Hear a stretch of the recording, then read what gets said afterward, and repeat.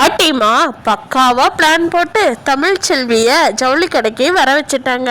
அங்கே போய் எப்படியாவது தமிழ்ச்செல்வி 10,000 ரூபாய்க்கு ட்ரெஸ் எடுக்க வச்சு அந்த காரை வாங்கியே தீரணும்னு சபதம் எடுத்துட்டாங்க நம்ம பாட்டிமா. பாட்டிமாவோட சபதம் பிடிச்சவங்க நம்ம வீடியோவை லைக் பண்ணிட்டு நம்ம சேனல் இன்னும் சப்ஸ்கிரைப் பண்ணாதவங்க சப்ஸ்கிரைப் பண்ணிக்கோங்க. வசந்தி, தமிழ், பாட்டி எல்லாருமே கிளம்பி போகிறாங்க கடைக்கு. அங்கே போனால் கடையில் சொல்கிறாங்க, இங்கே பாருங்க, இங்கே வந்து ஒரு 10,000 ரூபாய்க்கு நீங்கள் ட்ரெஸ் எடுத்தீங்கன்னா ஒரு 10 லட்சம் ரூபா மதிப்புள்ள கார் வந்து ப்ரைஸாக கொடுக்க போகிறோம். இந்த ஆடி ஆஃபரில் இப்படி ஒரு ப்ரைஸ் கொடுக்க போகிறோங்க அப்படிங்கிறாங்க. அதுக்கு தமிழ் இருந்துக்கிட்டு, இல்லைங்க வேண்டாம், எங்களுக்கு அப்படி ஒரு ஆஃபர்லாம் தேவைப்படாது அப்படிங்கிறாங்க. இல்லை மேடம், நீங்கள் மற்ற கடை மாதிரி இது ஒரு சும்மான பொய்யான இதுன்னு நினைக்க வேண்டாம். இது வந்து எங்கள் ஓனர் வந்து ரொம்ப தங்கமான மனசுள்ளவர். அதனால் அவர் வருஷம் வருஷம் இது வந்து கம்பல்சரியாக கொடுப்பாரு. போன வருஷம் கூட ஒரு ஃபேமிலிக்கு காரு கொடுத்து அவங்களுக்கு அவ்வளோ சந்தோஷப்பட்டாங்க தெரியுமாங்கம்மா.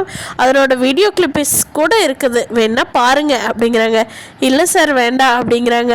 பாட்டிமா பக்கத்தில் இருந்தாங்க, தமிழ் ப்ளீஸ் தமிழ் எடுத்துக்கலாம், தமிழ் எனக்கு பிடிச்ச சாரியாத்தான் நீ எடுக்க சொன்ன, 15,000 இருக்குதுன்னு சொன்னீல்ல, அப்புறம் என்ன தமிழ் அப்படிங்கிறாங்க. சரி பாட்டி, உங்களுக்கு பிடிச்சா அப்போ எடுத்துக்கோங்க அப்படிங்கிறாங்க. சரி புடவையெல்லாம் காட்டுங்கப்பா எல்லாம் அப்படின்னு சொல்லி பாட்டிமா வந்து வேணும்னே 10,000 ரூபாயை விட அதிகமாக வர்ற மாதிரியே எடுக்கிறாங்க. எப்படியாவது அப்படி எடுக்க வச்சா மட்டும்தான் தமிழ்ச்செல்விக்கு காரை கொடுக்க முடியும்னு முடிவு பண்ணிட்டாங்க பாட்டிமா. அப்போ அவங்க ஜவுளி கடையில் இருக்கிறவங்க, மேம் இந்தாங்க மேம், இதுதான் கூப்பன், இதில் வந்து உங்களோட நேம், ஃபோன் நம்பர் எல்லாமே ஃபில் பண்ணி கொடுங்க. இதை வந்து இந்த குலுக்கல் சீட்டோட பெட்டியில் போட்டுருவோம். போட்டதுக்கு அப்புறமா நாளைக்கு காலையில் வந்து குலுக்கல் பண்ணுவோங்க மேம். ஒரு இங்கே கடைக்கு வர ஒரு குழந்தை தான் அந்த சீட் எடுக்க போகிறாங்க. அப்போது உங்கள் பேர் வந்ததுன்னா உங்களோட ஃபோன் நம்பருக்கே ஃபோன் பண்ணுவோம் அப்படிங்கிறாங்க. சார் இதெல்லாம் அப்படிங்கிறாங்க தமிழ். அப்போ பாட்டிமா இருந்துக்கிட்டு, எழுதி கொடு தமிழ் அப்படிங்கிறாங்க. சரி பாட்டி அப்படின்னு சொல்லிட்டு எழுதி ஃபில் பண்ணி கொடுத்துட்றாங்க தமிழ். அதை வாங்கி அவங்களும், ஆனால் அந்த அட்டைப்பெட்டிக்குள்ளே இருக்கிறது என்னவோ ஒரே லெட்டர் தாங்கிறது தமிழுக்கு தெரிய போகுதா என்ன. அந்த கடைக்காரரும் வாங்கி போட்டுக்கிட்டு போயிடுறாங்க. முன்னாடி ஃப்ளக்ஸ் எல்லாம் வச்சு பயங்கரமாக பண்ணி வச்சுருக்காங்க. பாட்டிமாவுக்கு பிடிச்ச சாரியும் அப்புறம் குழந்தைக்கு 2-3 ட்ரெஸ் எடுக்கலாம் அப்படின்னு சொல்லி அதுக்கும் எடுத்துக்கிட்டு, தமிழ் நீ எடுத்துக்க தமிழ் சாரி அப்படிங்கிறாங்க பாட்டிமா. அதுக்கு தமிழ் இருந்துட்டு, பாட்டிமா எனக்கு நிறைய இருக்குது, அதனால் எனக்கு வேண்டாம் அப்போதான் அப்படின்னு சொல்லிடுறாங்க. சரிடி எனக்கு எடுத்து கொடுக்குறியா, அதுவே சந்தோஷம்தான் அப்படிங்கிறாங்க. ஒரு நார்மலான சாரியெல்லாம் பாட்டி பார்க்குறப்போ தமிழ் சொல்கிறாங்க, இல்லை இல்லை இன்னும் கொஞ்சம் ரேட் அதிகமாக இருக்கிறதே கொடுங்க அப்படிங்கிறாங்க. என்ன தமிழுக்கு தெரியும் இல்லையா, பாட்டி வந்து அந்த வீட்டில் இருக்கும்போது எப்படி பட்டு பட்டு புடவையாக கட்டியிருந்தாங்க, இங்கே வந்து எவ்வளோ சாதாரணமாக மாறிட்டாங்கங்கிறது தமிழுக்கு தெரியும் இல்லையா. அதனால நல்ல நல்ல புடவையாக எடுத்து கொடுங்கன்னு சொல்லி தான் எடுத்துக்கிட்டு வர்றாங்க. அதை பார்த்த பாட்டிக்கு ரொம்ப சந்தோஷம். எவ்வளோ கஷ்டத்தில் இருக்கிறா, இருந்தும் கூட எனக்கு நல்ல நல்ல புடவையாக எடுத்து கொடுக்கணும்னு நினைக்கிறாளே என் பேத்தி, ஐயோ இவளுக்கு தங்கமான மனசு போ, என் சொத்துல இவளுக்கு சீக்கிரமாக உயில் எழுதி வைக்கணும், இவ பேருக்கு வேறு யாருக்கும் கொடுக்கக்கூடாது, நல்ல தங்கமான புள்ள, இப்படி புள்ள கிடைக்கணுமே அப்படின்னு சொல்லி மனசுக்குள்ளேயே நினச்சிட்டு இருக்காங்க பாட்டிமா. தமிழ் ஃபேமிலி, வசந்தி, பாட்டிமா எல்லாரும் ட்ரெஸ் எடுத்துகிட்டு கிளம்புனதுக்கு அப்புறமா நம்ம சேதுவும் கருப்புவும் கடைக்குள்ளே ஒளிஞ்சிட்டு இருந்தவங்க, கடையோட பின்னாடி சைடு இருந்தவங்க கடைக்குள்ளே வர்றாங்க. சார் என்னங்க சார், அவங்க எழுதி கொடுத்துட்டு போயிட்டாங்களா அப்படிங்கிறாங்க.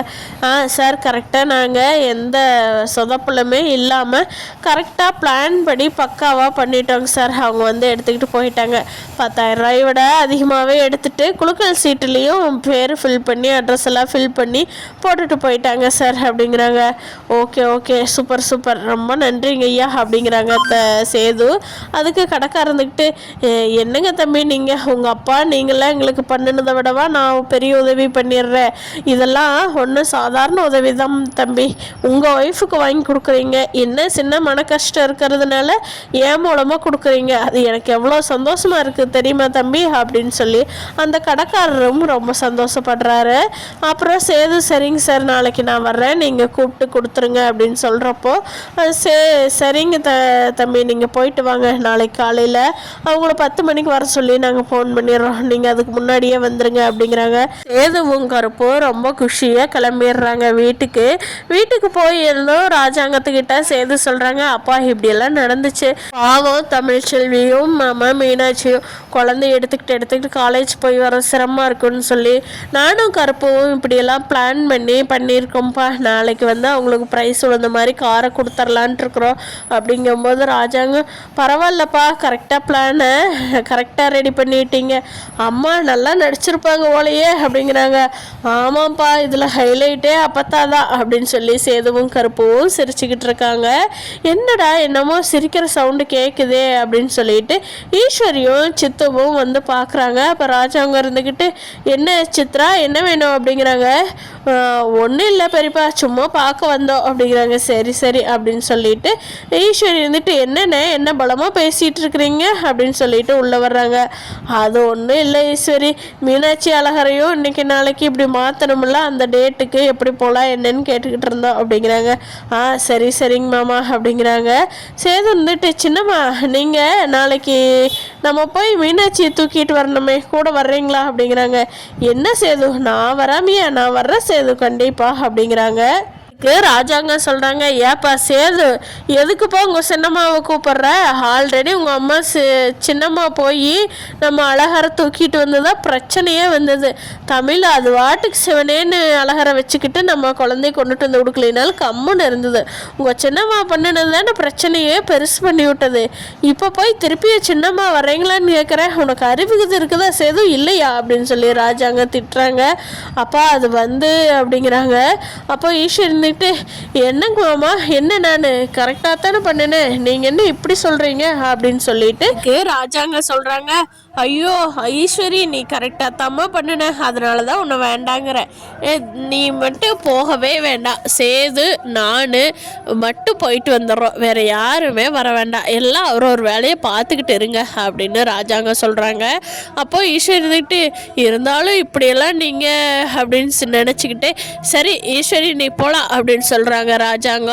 அப்போ வந்து ஈஸ்வரி சித்ரா கிட்ட வெளியே வந்து சொல்கிறாங்க, ஏய் இங்கே பாருடி, உங்கள் பெரியப்பா வந்து நம்ம அங்கே போயிட்டு வந்தோம்ல கோயிலுக்கு, அதுலேருந்து ஒரு மார்க்கமாக தான் இருக்கிறாரு. சாமி வந்து நீ யாராரு என்னென்னு விசாரித்து கண்டுபிடின்னு சொன்னதுனால நம்மளை கூட நம்ப மாட்டேங்கிறாரு பாருடி உங்கள் பெரியப்பா.